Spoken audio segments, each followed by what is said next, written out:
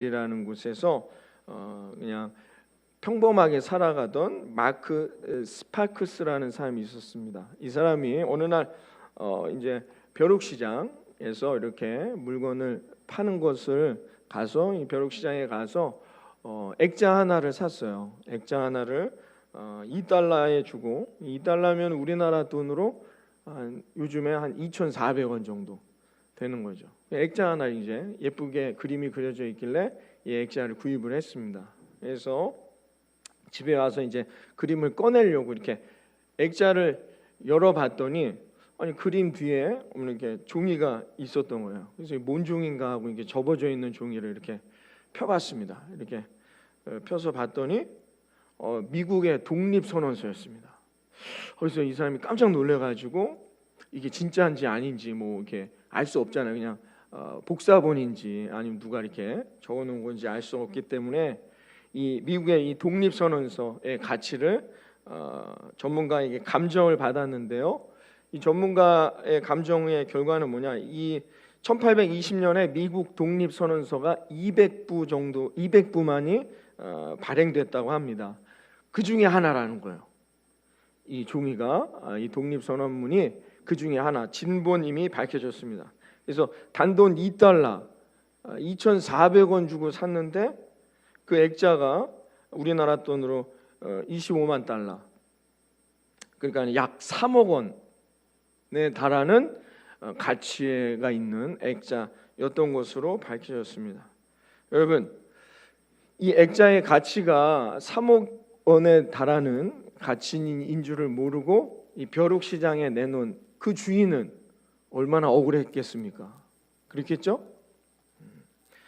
여러분, 소중한 보물인데도 우리가 이게 정말 소중한 건지 이게 가치 있는 건지 모르고 그냥 소홀히 여기면서 살아가는 경우가 우리 주변에도 이렇게 허다하다는 것입니다. 소중한 보물이지만 그게 얼마나 가치 있는 것인지, 얼마나 나에게 소중한 것인지를 모르고 소홀히 여기며 살아가는 것 중에 우리에게 가정이 있습니다. 여러분, 사람들은요, 가정이 얼마나 복된 것인지, 가정이 얼마나 가치 있는 것인지 그 가치를 잘 깨닫지 못하고 살아가고 있어요. 하나님은 어디를 통하여서 우리에게 복을 주신다고 늘 성경에 말하느냐? 나의 가정입니다. 내가 이루는 가정을 통해서 주신다는 거죠. 그렇기 때문에 가정이 얼마나 복된 것인지를 모르고 결혼하고 그냥 막 가정을 이루고 살아갑니다. 그러니까 어떻게 해요? 가정이라는 것은 힘들고, 그래서 남들한테는 얘기할 수 없으니까 혼자 힘들어하고, 그다음에 막 이혼을 생각하고, 이제 행복에 대해서도 체념한 채 살아가는 그런 가정들이 이 땅 가운데 아직도 많이 있다는 것입니다. 그러나 우리 사랑하는 성도님들, 우리 기독교인들은 반드시 알아야 됩니다. 가정은 뭐예요? 하나님이 주신 가장 큰 축복이다는 것입니다. 여러분, 이건 제 얘기가 아닙니다. 하나님이 만물을 창조하실 때 모든 것들은 창조하신 다음에 굿, 좋았다, 좋았더라 이렇게 말씀하셨어요. 그런데 아담과 하와를 지으시고 이 둘이 하나가 되어 가정을 이뤘을 때 하나님 뭐라고 말씀하셨느냐? 심히 좋았더라 라고 표현했습니다. 이건 다른 창조물들과는 비교가 되지 않는다는 거죠. 그러니까 가정이라는 것은 본래 하나님이 만든 걸작품들 중에 뭐예요? 최고의 걸작품이 뭐냐? 가정이라는 거예요. 아담과 하와가 하나 되는, 남과 여가 하나 되어 만든 이 가정이 하나님 보시기에 가장 위대한 최고의 걸작품이었다는 것을 우리가 성경을 통해서도 깨닫게 된다는 거죠. 그런데 문제는 뭐냐? 우리가 경험하는 이 가정은 그렇지 않다는 것이죠. 여러분, 가정이 어떻습니까? 속담에 이런 속담이 있어요. 한국 속담에 연애는 단꿈이요 결혼은 꿈을 깨는 자명종이다, 이런 표현들이 있습니다. 제가 뉴스를 보니까 부부싸움을 하는데 119 구조대가 출동을 합니다. 처음 알았습니다. 부부싸움을 119 구조대는 불이 나거나 이런 위급 상황에 출동하는 줄 알았는데 부부싸움을 하는데 한 해에 몇 건 출동하는지 아십니까? 제가 어느 걸 조사해 봤더니, 뉴스에 나온 걸 봤더니 조사했던 내용이 1353건 출동했답니다. 부부싸움 말리러 119 구조대가 놀랄 일이죠. 가정이 이렇게 되고 있다는 겁니다. 그럼 왜 그러냐? 그럼 왜 가정이 최고의 축복의 공동체라는 걸 성경은 말해줬는데 왜 가정이 이렇게 갈등하고 싸우고 아파하는 것일까요? 그것은 인간이 아담과 하와가 어떻게 해요? 선악과를 따먹고 죄를 졌기 때문이죠. 타락했다고 말합니다. 그렇기 때문에 어떻게 해요? 가정은 붕괴하고 갈등하고 싸울 수밖에 없어요. 이건 죄로 말미암아 인간에게 온 결과물이 되는 것입니다. 그래서 예수님이 어떻게 해요? 이 땅에 오심으로 이 모든 것을 회복해 주셨다는 겁니다. 여러분, 우리가 예수 믿고 구원받는 여러 가지 이유들 중에 우리가 반드시 알아야 될 것 중에 하나가 뭐냐? 그냥 나만 구원받는 게 아닙니다. 예수 믿는 것으로 말미암아 나만 구원받는 거에서 끝나는 게 아니라는 거죠. 예수 믿고 구원받아 어떻게 해요? 나만 구원받는 것이 아니라 내 가정도 치유되고 회복되며 구원받는 것입니다. 여기까지 우리가 알아야 된다는 거예요. 믿음의 경륜이 여기까지 도달해야 한다는 겁니다. 그 단순히 나만 예수 믿고 구원받는 거예요. 거기에서 머물지 않는다면 성경은 더 나가는 거죠. 그래서 가정이 얼마나 중요한지, 나로 말미암아 내 가정이 구원을 얻고 축복을 누리게 되는 겁니다. 그러므로 여러분, 고린도후서 5장 17절 이렇게 말합니다. 그런즉 누구든지 그리스도 안에 있으면 새로운 피조물이라 이전 것은 지나갔으니 보라 새 것이 되었노라 라고 말합니다. 예수 믿고 구원받아 나만 새로워지는 것이 아니라 내 가정도, 내 가정에 있는 공동체도, 공동체의 모든 일원들도 어떻게 해요? 새로워지는 것. 이게 뭐예요? 이게 하나님이 우리에게 가정을 허락하신 이유라는 것을 우리가 성경의 말씀을 통해 이 아침 깨닫게 되는 것이죠. 그래서 여러분, 오늘 이 아침 이제 설을 맞이하여서 우리 사랑하는 성도님들이 이제 또 가족들을 만나고 또 여러 가정이 한 곳에 모이게 되는 이 설을 맞이하였습니다. 그래서 저는 오늘 주제 가정의 행복, 어떻게 하면 정말 내 가정이 행복해질 수 있는가, 그 비결을 오늘 이 아침 함께 살펴보고 여러분에게 알려드리기를 원합니다. 여러분, 예수님은 우리 가정을 행복하게 만드시기 위해서 이 땅에 오셨다는 거예요. 믿으십니까? 그러므로 가정의 행복은 뭐냐? 예수 믿고 얻는 큰 복이에요. 가정의 행복은 반드시 예수 믿는 사람에는 나타나는 복 중에 하나인데, 예수 믿고 얻은 복 중에 가장 큰 복이 뭐냐? 내 가정의 행복이라는 것이죠. 제 얘기가 아니라 오늘 성경 본문이 말해주고 있습니다. 오늘 128편 2절과 3절, 5절과 6절에 그 놀라운 복을 이렇게 표현하고 있습니다. 우리 함께 읽어봅니다. 2절과 3절, 5절과 6절입니다. 시작.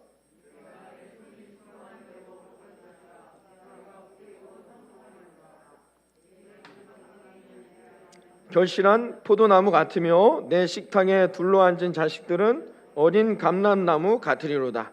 5, 6절 여호와께서 시온에서 내게 복을 주실지어다. 너는 평생에 예루살렘의 번영을 보며 내 자식의 자식을 볼지어다. 이스라엘에게 평강이 있을지로다. 아멘. 할렐루야. 얼마나 복된 말씀입니까? 오늘 말씀. 여러분, 가정에 이게 하나님의 계획이라는 거예요. 하나님이 만드시는 가정은 이런 계획으로 만들어진다는 것을 말하고 있습니다. 그런데 문제는 뭐냐? 우리가 예수 믿고 구원받고 예수를 믿었는데도 내 가정은 목사님 아직 행복하지 않은 것 같습니다. 이런 질문을 한다는 거죠. 그럼 왜 그럴까요? 하나님은 반드시 분명히 가정을 이루면 그 가정은 이런 복을 주신다고 약속해 주셨는데 얼마나 복됩니까? 그렇죠?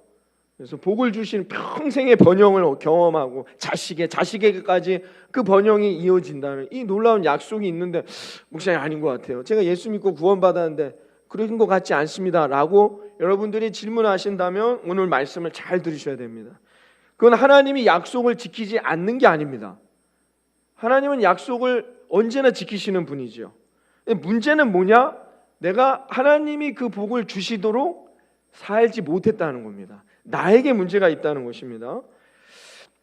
그래서 예수님은 이 가정의 행복을 위해 행복을 비유하실 때 이렇게 농사로 비유하셨어요. 농사처럼 어떻게요? 심은 대로 거둔다고 말씀하셨어요. 가정의 행복은 어떻게 해요? 내가 얼마나 심느냐에 따라서 거두어드린다. 마태복음 13장 34절에 이렇게 말씀해 주십니다. 함께 읽어봅니다. 마태복음 13장 24절 말씀 시작.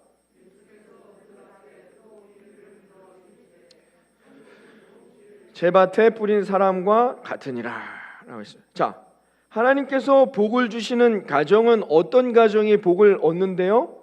좋은 씨를 뿌린 가정은 어떻게 해요?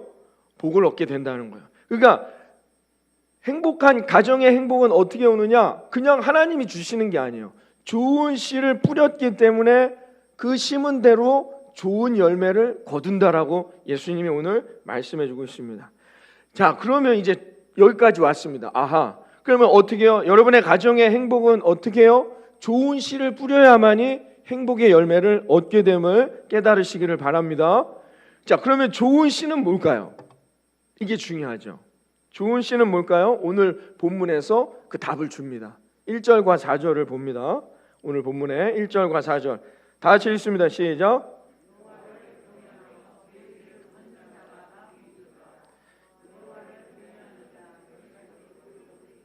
할렐루야. 그렇습니다. 좋은 씨는 뭡니까? 여호와를 경외하는 것이 가정의 행복에 가장 좋은 씨라는 거예요. 여호와를 경외하는, 오늘 본문이 우리에게 답을 주고 있습니다. 여러분의 가정은 정말로 여호와를 경외하는 가정입니까?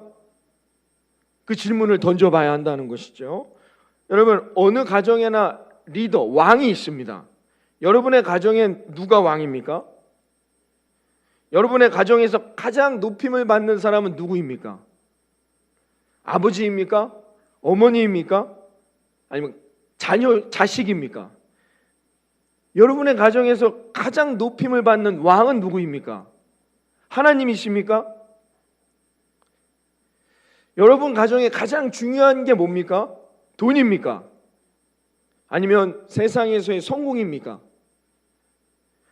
여러분, 부모가 자녀들에게 줄 가장 귀한 유산은 뭡니까?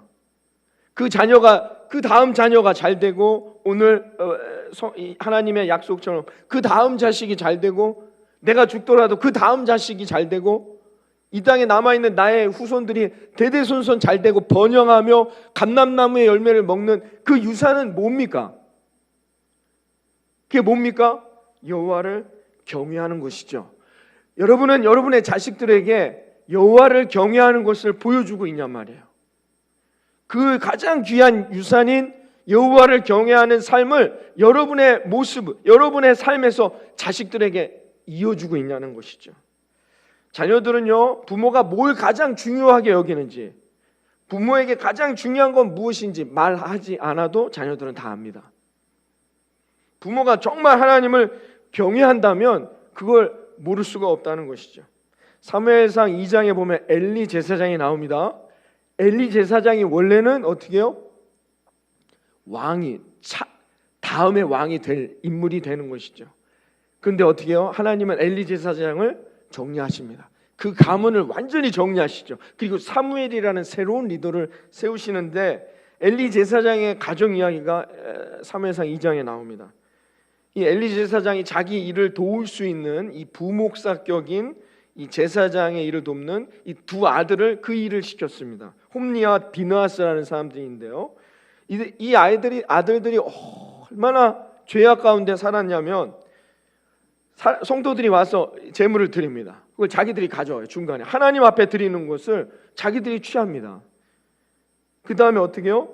이 성전 제사장이니까 이 성전을 준비하는데, 이 성전을 준비하고 수종 드는 여인들을 겁탈합니다. 이 두 아들이 이런 죄들을 짓습니다. 아니, 다른 밖에 나가서 짓는 것도 아니고 교회 안에서 이런 범죄를 저질렀다는 거죠. 그래서 어느 날 이 이야기를 듣고 이 엘리 제사장이 두 아들을 불러서 야단을 칩니다. 어떻게 야단을 치느냐? 사무엘상 2장 23절에 나와 있습니다. 우리 함께 읽어봅니다. 2장 23절 시작.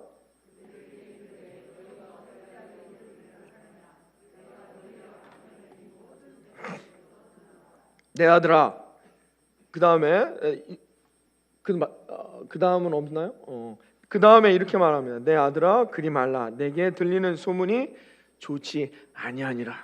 이어서 이렇게 말하고 있습니다. 내 아들아 그리 하지 말아라. 내게 들리는 소문이 좋지 아니하니라 그랬어요. 엘리 제사장이 이 아들들을 책망하는데 그 아들들에게 그런 행동을 하지 말라고 하는 이유가 뭐냐? 그건 뭐예요? 소문이 좋지 않다는 겁니다. 들리는 소문이 사람들이 뒤에서 뭐라고 얘기한다는 거예요. 엘리 제사장의 아들들이 이런 일을 한다는 것이죠.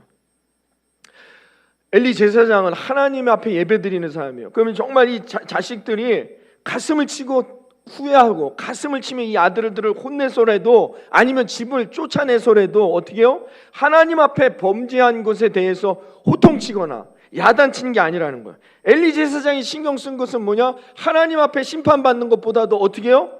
사람들이 나를 어떻게 생각할까? 이거 자식들 제대로 교육 못했다고 사람들이 나를 어떻게 평가할 거에 사람들의 여론에게만 관심이 있었다는 것입니다. 하나님께서는 이 엘리 제사장의 이런 태도를 기분 나빠하시면 사무엘상 2장 29절에 이렇게 말씀했어요. 너희는 어찌하여 너의 아들들을 나보다 더 중하게 여기느냐. 사무엘상 2장 29절에 하나님이 엘리 제사장에 이렇게 책망하십니다. 근데 너 아들들을 어떻게 나보다 더 중하게 여기는 것이냐. 결국 어떻게 해요? 그래서 엘리 제사장의 가정은 망했습니다. 망한 것입니다. 여러분, 예수를 믿고 교회를 다니는 것 같아도 실제로는 뭐예요? 실제로 신경 쓰는 건 주님을 신경 쓰는 게 아니라 하나님을 신경 쓰는 게 아니라 사람들의 말을 신경 쓴다는 것입니다. 이게 우리의 삶의 문제, 우리의 신앙, 우리의 믿음의 문제라는 것입니다. 하나님이 아닌 가정은 여러분 하나님이 중심이 되는 하나님 앞에 내가 실수한 것을 회개하고 하나님 앞에 내가 범죄한 것을 하나님 앞에 가슴을 치고 땅을 치고 그렇게 후회하지 않고 사람들 눈치 보는 가정, 아무리 교회를 다닌다 해도 여러분 가정의 행복은 포기해야 한다는 거죠.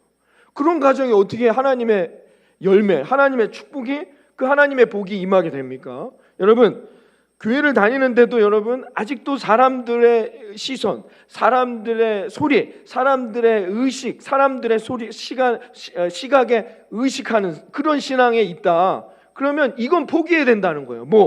내 가정에 하나님의 복이 임할 것은. 그게 아니라면 정말 하나님 말씀, 하나님의 뜻만을 바라보며 하나님께 내가 어떻게 평가받을 것인가를 고민한다. 그럼 하나님이 반드시 어떻게 해요? 그 가정에 하나님이 예비하신 은혜와 복을 여러분 세대뿐만이 아니라 그 다음 세대에게 또 그 다음 세대에게도 부어주는 놀라운 역사가 임하게 될 거라 믿습니다. 하나님을 바라봐야 한다는 거예요. 하나님이 나를 어떻게 평가하는가? 지난 한 주간 동안 어떠셨습니까? 너무 멀리 가면 어제는 어떠셨습니까? 어제 하루는 하나님이 기뻐하시는 아름다운 인생의 한 날이셨습니까? 여러분 아브라함이 왜 아브라함입니까? 아브라함이 얼마나 복받았습니까? 여러분 이제 우리 40일 말씀 양육에서도 이제 살펴볼 것이지만 여러분 하나님이 아브라함을 얼마나 축복하셨습니까? 그 아들 이삭은요. 제가 가끔 말씀드렸지만 제가 평가해 볼 때는 이삭은 별 능력이 없었어요. 그렇죠? 이삭이 잘한 거라고는 저기다 우물을 파라. 그러면 우물을 파면 거기서 물이 나오는 능력밖에 없단 말이죠. 그런데도 어떻게 해요? 이삭은 가는 곳마다 형통했다고 말해요. 왜? 그 당시엔 물이 뭐예요? 곧 재산이니까. 우물을 팔 때마다 그 이삭이 파는 데에서는 물이 나왔단 말이에요. 왜 그랬을까요? 중요합니다. 그럼 왜 그랬을까요? 아브라함 때문이에요. 아브라함 때문에 이삭이 그 복을 이어받았단 말입니다. 이삭은 왜 복을 받았느냐? 이삭은 알았어요. 나의 아버지 아브라함이 나 자식, 여러분 100세가 돼서 자식을 얼마나 귀하겠습니까? 그렇죠? 얼마나 귀하겠습니까? 아닙니까? 그래서 천재들이요 늦둥이에서 많이 나온답니다. 천재들이 왜 그런지 아십니까? 늦게 애를 보았기 때문에 닌 최고야. 어릴 때부터 이 자신감, 난 최고구나. 그 자신감 때문에 어떻게 해요? 세상에 나아가서도 승리하는 경우가 많다는 거죠. 여러분 얼마나 귀합니까? 근데 하나님이 아브라함에게 이삭을 바치라 합니다. 아브라함이 어떻게 합니까? 그 아들을 하나님 앞에 바칩니다. 이 표현은 뭐냐? 아브라함에게는 아들보다 하나님이 더 귀했다는 거야. 여러분, 그래서 아브라함이 이삭을 묶어놓고 이삭은 다 봅니다. 그 장면을 이삭이 보는 거예요. 이삭에게 무슨 수면제를 먹여서 이삭이 정신이 없을 때 하는 일이 아닙니다. 이삭이 끌려 올라갈 때도 물어봅니다. 아버지, 왜 나를 묶어갖고 갑니까? 저기 제단에 놓을 재물은 뭡니까? 물어본단 말이에요. 이삭은 아버지 행동을 다 봅니다. 이삭을 제단에 올려다 놓고 칼을 들어 그 심장을 내리치려 할 때, 그때 하나님이 뭐라고 말씀했느냐? 창세기 22장 12절에 이렇게 말씀합니다. 함께 읽어봅니다. 창세기 22장 12절 시작.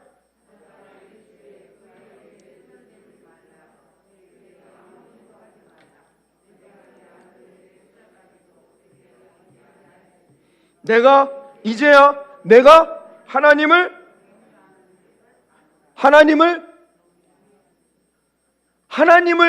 경외했단 말입니다. 아브라함이 그 복을 받고 별로 능력도 없는 것 같은 그 이삭, 그 다음 자식에게까지 하나님의 은혜와 능력, 하나님의 축복이 임하고 머물게 되었던 것은 이 가정에 딱 하나 중요한 원칙이 있었단 말입니다. 그게 뭡니까? 하나님을 경외하는 가정이었단 말입니다. 할렐루야. 이게 아브라함을 아브라함답게, 이삭을 이삭답게 만드는 귀한 하나님의 축복의 씨였단 말입니다. 이삭이 그 제단에 누워서 하나님의 이런 평가를 받는 아브라함의 이 모습을 보면서 깨달은 것 하나는 뭐냐? 하나님을 경외하자. 하나님을 경외하는 것이 내 인생의 복이구나. 그래서 이삭이 되었다는 것입니다. 사랑하는 예수님만 구주교회 성도님들, 여러분의 가정에 하나님의 축복이 임하며 하나님이 주시는 놀라운 은혜의 열매가 충만히 맺어지는 2022년이 되시기를 이 아침 주님의 이름으로 축원합니다. 그 가정의 축복은 어떤 삶의 자세를 가져야만이 하나님을 경외하는 가정에 그 복이 임하게 될 거라 믿습니다. 하나님을 경외한다는 말은 뭡니까? 하나님을 경외한다는 말은 뭐예요? 하나님이 왕이 되어야 돼요. 내 가정의 왕은 누구다? 주인은 누구다? 제일 높은 자리에 있는 분은 누구다? 하나님이 되어야 된다는 겁니다. 여러분, 정신을 똑바로 차리며 인생을 살아야 됩니다.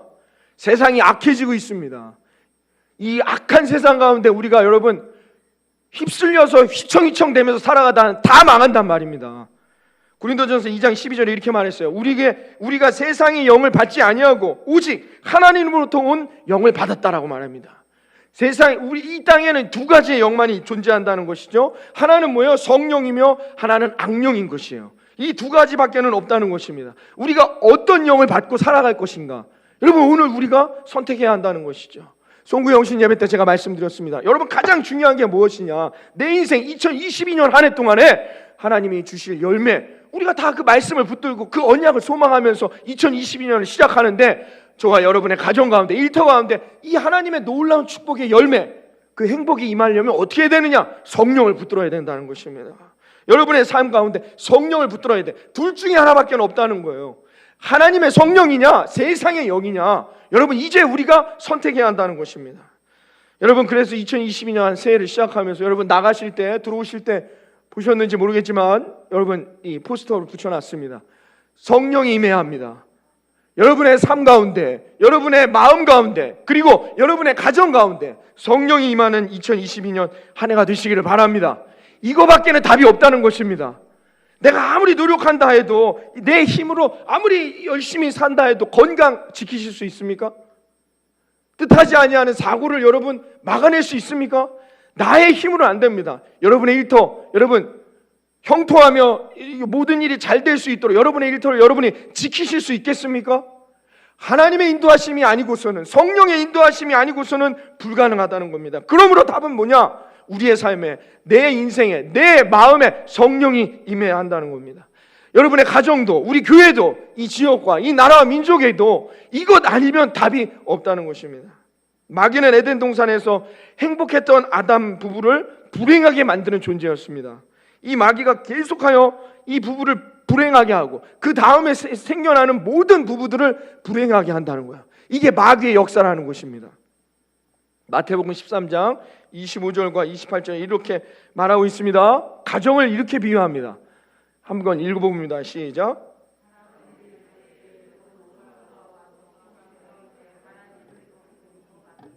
싹이 나고 결실할 때에 가라지도 보이거늘 집 주인의 종들이 와서 말하되 주여 밭에 좋은 씨를 뿌리지 아니하였나이까 그런데 가라지가 어디서 생겨났나이까 주인이 이르되 원수가 이렇게 하였구나 라고 말했습니다.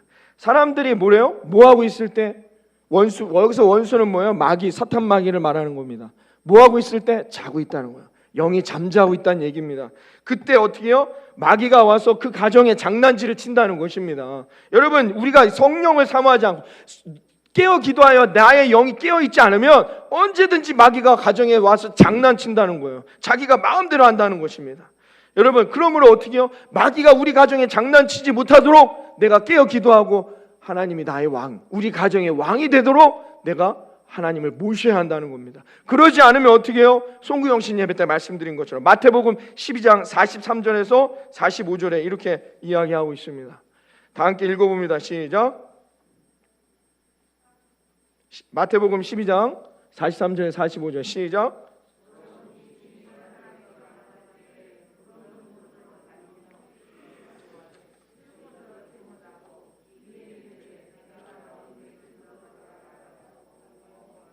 그 집이 비고 청소되고 수리되었거늘 이에 가서 저보다 더 악한 귀신 7을 데리고 들어가서 거하니 그 사람의 나중 형편이 전보다 더욱 심하게 되느니라. 이 악한 세대가 또한 이렇게 되리라. 여러분, 하나님을 왕으로 모시지 못한 가정, 그 가정에 성령이 비어있는 가정, 그 빈집에는 마귀가 들어와 놀이터가 된단 말입니다. 마귀가 그 가정을 헤집어 놓는다는 것입니다. 망하게 하고 갈등하게 하고 상처받게 하고 쓰러지게 만든다는 것입니다. 그러므로 우리가 여러분 지금 분별해야 한다는 거죠. 내 가정은 지금 어떤 영에 사로잡혀 있는가 분별해 보아야 한다는 것입니다. 성령님의 역사와 악한 영의 역사, 여러분이 분별하셔서 여러분의 가정이 성령의 인도함을 따라 날마다 승리하는 2022년 복된 가정의 행복이 넘쳐나는 우리 사랑하는 성도님들의 2022년 한 해가 되시기를 바랍니다. 그럼 어떻게 분별할 수 있습니까? 이게 성령의 역사인지 악령의 역사인지 어떻게 분별하죠? 결과를 보면 알 수 있어요. 여러분, 성경이 말해줍니다. 갈라디아서 5장 22절 이하에 이렇게 말합니다. 성령의 결과가 이렇게 나와 있어요. 함께 읽어봅니다. 시작.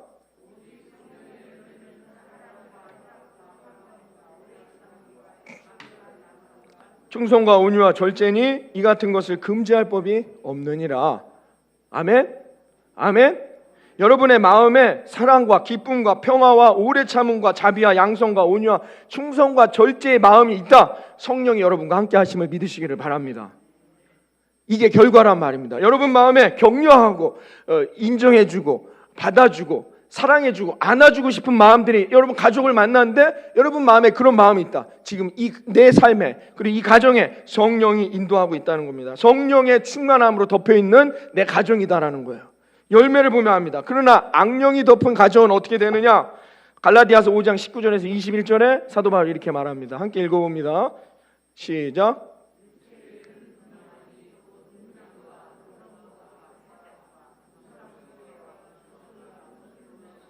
분쟁과 시기와 분냄과 당짓는 것과 분열함과 이단과 투기와 술취함과 방탕함과 또 그와 같은 것들이라.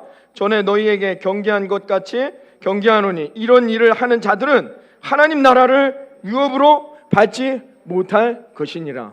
할렐루야. 여러분, 이런 인생은 어떻게 해요? 지옥에 떨어진다는 얘기예요. 하나님 나라에 들어갈 수가 없다는 것입니다. 어떤 인생들, 이런 인생을 살아가는 사람들 어떻게 해요? 악한 영에 따라 살아가는 인생, 음란하고 더럽고 방탕하고 점치고 부족을 붙이는 일을 하며 마술, 원수매즘, 다툼과 시기, 분노와 분쟁, 분열과 파당, 질투와 술취함, 흥청망청 먹고 마시고 즐기는 인생, 쾌락을 따라가는 삶, 이런 삶들은 다 뭐라고요? 사탄이 역사하는 그런 열매가 나타나게 된다는 것입니다. 제가 어제도 방송에 보니까 입에 차마 담기도 힘든 그 인간으로서 할 수 없는 범죄, 막대기로 사람을, 그것도 같이 자기가 함께 지내는 직원을, 주변 사람들이 말합니다. 평소에 그런 행동을 본 적이 없다는 거예요. 그날도 같이 회식을 하는데 그런 모습을 전혀 보지를 못했다는 거예요. 분노하는, 폭력적인 모습을 본 적이 없다는 겁니다. 그런데 어떻게 막대기로 그런 일들을, 여러분 아시죠? 그 내용은 아실 겁니다. 심리학자가 말합니다. 선택적 분노라는 그런 용어들이 있습니다. 그 분노가 무의식 가운데, 그러니까 자기가 정신을 똑바로 차리지 못하고 술이라든지 이런 알코올로 인해서 정신이 흐려질 때, 판단력이 흐려지게 될 때 자기 안에 내재되어 있는 분노들이 그런 식으로 표출된다는 것입니다.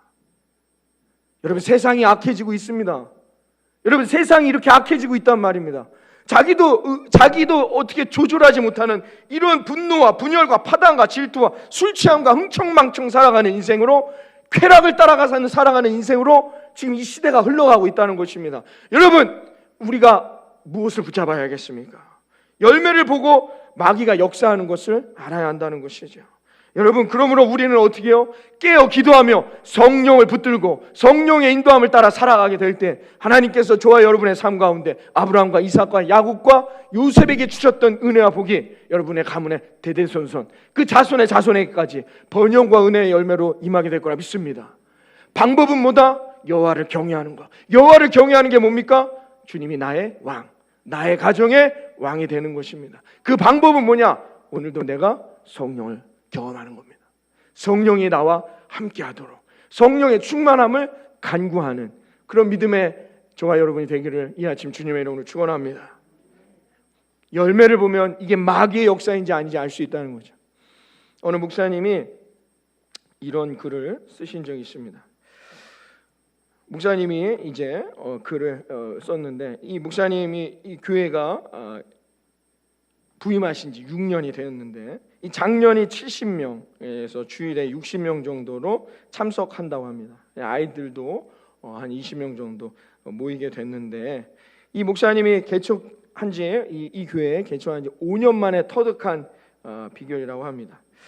개척교회는 분열의 영이 더 강하게 역사한다는 것을 깨달았습니다. 새 신자가 와도 기존 교인들이 좋아하지 않고, 일꾼이 와도 기뻐하지 않고, 오히려 경계하고 시기하고 질투하고, 그래서 들어오면 나가고 들어오면 내보내고, 그런 과정을 4년을 보냈습니다. 5년이 이제 드디어 이 분열의 영, 시기와 질투의 영이 역사하는 것을 깨닫게 되었고, 그리고 이 강력하게 성도들과 기도하기 시작했을 때 교인들이 하나 되어 헌신하는 일들이 일어나기 시작했고, 지금은 새 신자가 와도 100% 교회에 함께 정착하게 되었습니다 라는 글을 올렸습니다.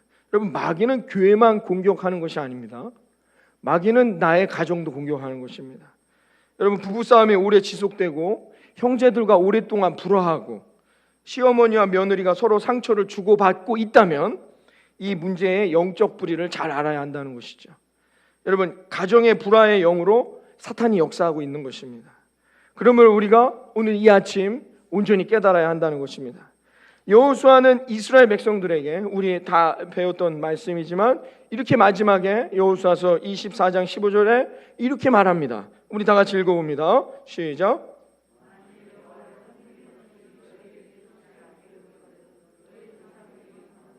섬기던 신들이든지 또는 너희가 거주하는 땅에 있는 아무리 족속의 신들이든지 너희가 섬길 자를 오늘 택하라. 오직 나와 내 집은 여호와를 섬기겠노라. 여러분은 하나님이 여러분의 가정의 왕이 되심을 분명히 선택하시겠습니까? 여러분, 그렇다면 여러분의 삶에, 여러분의 가정에 이번 설 명절에 여러분 가정 예배가 드려져야 합니다. 여러분, 대한민국이라는 응원 소리가 나게 될 때, 그 가정은 한국 사람의 가정이구나, 사람들이 알게 되는 것입니다. 여러분의 가정이 하나님이 인도하시는 복된 가정이 되는 것은 어떻게 해요? 여러분의 가정에서 찬양과 말씀과 신앙의 고백이 들려오게 될 때 사람들은 저 가정은 하나님이 인도하는 가정이구나 깨닫게 된다는 것입니다. 여러분의 가정에서 하나님의 이름이 높여지고 하나님의 이름이 들리워질 때 여러분의 가정은 하나님이 소유하는 가정이 됨을 믿으시기를 바랍니다. 그러므로 가정 예배를 드릴 때 영적 상태가 나타납니다. 가정 예배를 드리자고 할 때 다들 싫어하고 뭐 핑계대고 힘들다. 목사님, 저희는 가정 예배 드리기가 어렵습니다. 힘듭니다. 그 가정의 영적 상태입니다. 가정 예배 분위기가 무거우면, 여러분의 가정이 지금 사탄이 내 가정을 덮고 있구나 여러분 깨닫고 철저하게 하나님 앞에 기도하여 회개해야 한다는 겁니다. 가정의 우선순위가 하나님보다 세상이라는 증거가 가정 예배 드리기가 어려운 상황에 있다는 것입니다. 가족 간에 해결되지 않는 상처, 불화가 있다면 어떻게 해요? 그러면 그 가정 예배 드리기가 어려운 것이죠. 아직도 고백하지 못한 죄가 있다면 어떻게 해요? 가정 예배는 드릴 상상도 할 수가 없는 거예요. 이 문제를 해결해야 합니다. 여러분, 이런 것이 있다면 힘든 것이죠. 그렇기 때문에 힘들다고 포기해서는 안 됩니다. 여러분, 오늘 가정 예배에서 예배지를 함께 나눠드렸는데 이번 설 여러분 다른 거 하지 마시고 여러분 가정에서 예배를 드리십시오. 한번 드리세요. 목사님 힘들고 어렵습니다. 그래도 드리는 겁니다. 여러분들이 집을 예배로 채우는 것이죠. 집을 예배로 채운다는 건 뭐예요? 찬양이 있어야 되잖아요. 여러분 말씀이 있어야 되잖아요. 기도가 있어야 되지 않습니까? 여러분 이런 가정이 된다면 하나님이 예비하신 그 놀라운 복이 임하게 된다는 것입니다. 그리고 여러분이 가정 예배, 집에서 예배를 드리실 때 우리 가정의 영적인 상태가 바뀌어 나가기 시작하는 거예요. 사탄은 물러가고 성령이 임하는 가정이 임하게 된다는 것입니다. 물론 가정 예배를 같이 드리기 어려운 형편의 상황에 있는 가정들이 있습니다. 그러면 여러분 나 혼자서라도 이번 설에는 여러분 예배 드릴 수 있는 그런 설 명절이 되시기를 바라겠습니다. 그때부터 바뀌어 나간다는 거예요. 그때부터 하나님의 은혜와 역사가 임하게 된다는 것입니다. 제가 어제 우리 장로님하고 이렇게 통화를 나눴는데 이제 명절 이제 오고 가니까 뭐 그런 이야기를 함께 나누는데 장로님이 저에게 그렇게 말씀해 주시더라고요. 목사님 이번에 가셔서 말씀도 많이 전해 주시고 가정에 가셔서 기도도 많이 해주세요. 그래서 아멘, 제가 은혜를 받았습니다. 그게 가장 중요한 거죠. 우리가 설 명절에 모이는 가장 중요한 이유는 뭐냐? 나만이 아니라 내 사랑하는 자녀들, 내 형제들, 모든 가정들이 그 성령의 역사가 임해야 그 가정에 하나님의 복이 임하는 것이죠. 그 방법이 무엇이냐? 가정 예배 드리는 거예요. 여러분이 기도하십시오. 여러분 내가 사랑하겠다고 하는데, 내가 용서하겠다고 하는데 싫어할 대상이 어디 있겠습니까? 먼저 내가 성령을 받는 것입니다. 어떤 아내가 몸이 아파 누워있는데 이 남편이 예배 드릴 때 은혜를 받고 가정에 돌아와 이 아내의 머리에 손을 얹고 기도해 줍니다. 너무나 행복한 것이죠. 그 싫어할 아내가 어디 있습니까? 어느 남편이 사업이 너무 힘들어서 힘들고 지쳐 있는데 아내가 밤을 새워가며 기도하고 자기가 새벽에 들어왔는데 새벽에도 예배에 갔다 와서 무릎 꿇고 기도하는 아내를 보면서 정신을 차리는 이 남편, 그래서 그 사업이 다시 승리하게 됐다는 이 간증들, 여러분 숱하게 들어왔던 우리의 간증들 아닙니까? 어떤 것 때문입니까? 내 가정이 하나님을 경외하는 가정 되면, 하나님이 우리 가정의 왕이 될 때 여러분 불가능은 가능하게 되고 회복과 치유와 하나님의 역사가 임하는 놀라운 은혜가 임하는 올 한 해가 될 거라 믿습니다. 여러분의 가정들이 그런 가정 되시기를 바라겠습니다. 여러분 정말 가정의 행복을 원하십니까? 여러분 그러면 이제부터 우리가 예수님 내 가정에 오세요, 예수님 내 가정에 오세요 이렇게 기도하지 마시고 여러분 이렇게 기도하십시오. 내가 예수님 집에 살고 있다. 여러분들이 예수님 집에 거하는 삶이 되어야 한다는 것입니다. 예수님이 나의 가정에 오는 게 아닙니다. 내가 예수님의 집으로 들어가는 것입니다. 이게 예수님을 경외하는 것, 주님이 나의 왕이 되는 것입니다. 여러분 모든 원하기는 우리 사랑하는 예수 이만 구주께 모든 성도님들의 가정과 일터에 여러분 이런 하나님의 말씀에 순종하고 결단하는 22년 한 해가 되기를 이 아침 주님의 이름으로 축원합니다. 그러면 반드시 어떻게 해요? 오늘 이 약속 1절 말씀 우리 다 같이 읽어봅니다. 여러분 본문에 오늘 시편 1절 말씀 다 같이 큰 목소리로 읽습니다. 시작. 여호와를 경외하며 그의 길을 걷는 자마다 복이 있도다. 할렐루야. 여러분 여호와를 경외하며 그의 길을 걷는 자마다 복이 있을 거라고 믿습니다. 제가 여러분에게 예언해 드립니다. 여러분의 가정의 행복, 여호와를 경외하며 주님의 길을 걷는 자에게 그 복이 임하게 될 거라 믿습니다. 윗셈과 아랫셈에 예비된 은혜의 복입니다. 여러분들이 그 모든 은혜의 복을 받아들이는 저와 여러분 되기를 바랍니다. 오늘 우리 이 구주교회까지 오셨는데 여러분 우리 교회가 일로 이사 왔을 때 처음에 오실 때는 어떻게 해요? 어색하셨겠죠? 물어봐야 되잖아요. 거기는 어디에 있는지, 구주교회는 어디에 위치되어 있는지 여러분 우리 교회 새로 오신 분들에게 여러분 알려드려야 되지 않습니까? 여러분 다 처음에 이 교회를 올 때는 어떻게 해요? 길을 찾고 묻고 해서 이 교회에 오게 되었습니다. 여러분 길을 모르는데 우리 교회 지금 여기 와서 앉아 계신 분 아무도 없습니다. 이제는 그 길을 알죠. 그 길을 알기 때문에 교회에 오게 되는 것입니다. 여러분 그러므로 교회를 오려고 해도 가장 중요한 건 뭐예요? 길을 알아야 오죠. 길을 알아야 오는 것입니다. 행복한 가정을 만들기 위해서 우리가 다 노력하는 거예요. 문제는 뭐냐? 그 길을 알아야 된다는 겁니다. 길을 알아야 그 내 가정이 행복한 가정을 만들어 나아간다는 것이죠. 그러므로 가장 중요한 것은 뭐냐? 행복한 가정을 이루며 살아갈 수 있는 방법, 그 길을 알아야 한다는 것입니다. 그 길이 뭐예요? 여호와를 경외하는 것이다. 할렐루야. 여러분 이 말씀을 깨닫고 여러분 살아갈 수 있기를 바랍니다. 여러분의 가정에서 누구의 말이 가장 통하느냐? 여러분 가정의 일에 대해서 하나님의 말씀을 듣는 가정이 하나님의 가정입니다. 마귀의 말을 듣는다면 뭐예요? 그럼 마귀의 가정이 되는 것이죠. 교회에 나오지만 실제로는 마귀가 하자는 대로 하고 살아가는 가정들이 이 땅 가운데 많이 있다는 것입니다. 하나님의 말씀을 무시하고 마귀의 속삭임을 따른다면 하나님으로부터 무슨 복을 기대할 수 있겠습니까? 그렇죠? 여러분 그러므로 하나님의 음성에 귀 기울이고 하나님의 말씀을 붙들고 하나님의 말씀 앞에 순종할 수 있는 훈련을 통해 저와 여러분의 가정에 하나님이 예비하신 아름다운 젖과 꿀이 흐르는 은혜의 복이 임하는 올 한 해가 되시길 바라겠습니다. 남편에게 전도 편지를 쓴 부인이 있었습니다. 맨 처음에 말로 교회 가자고 했어요.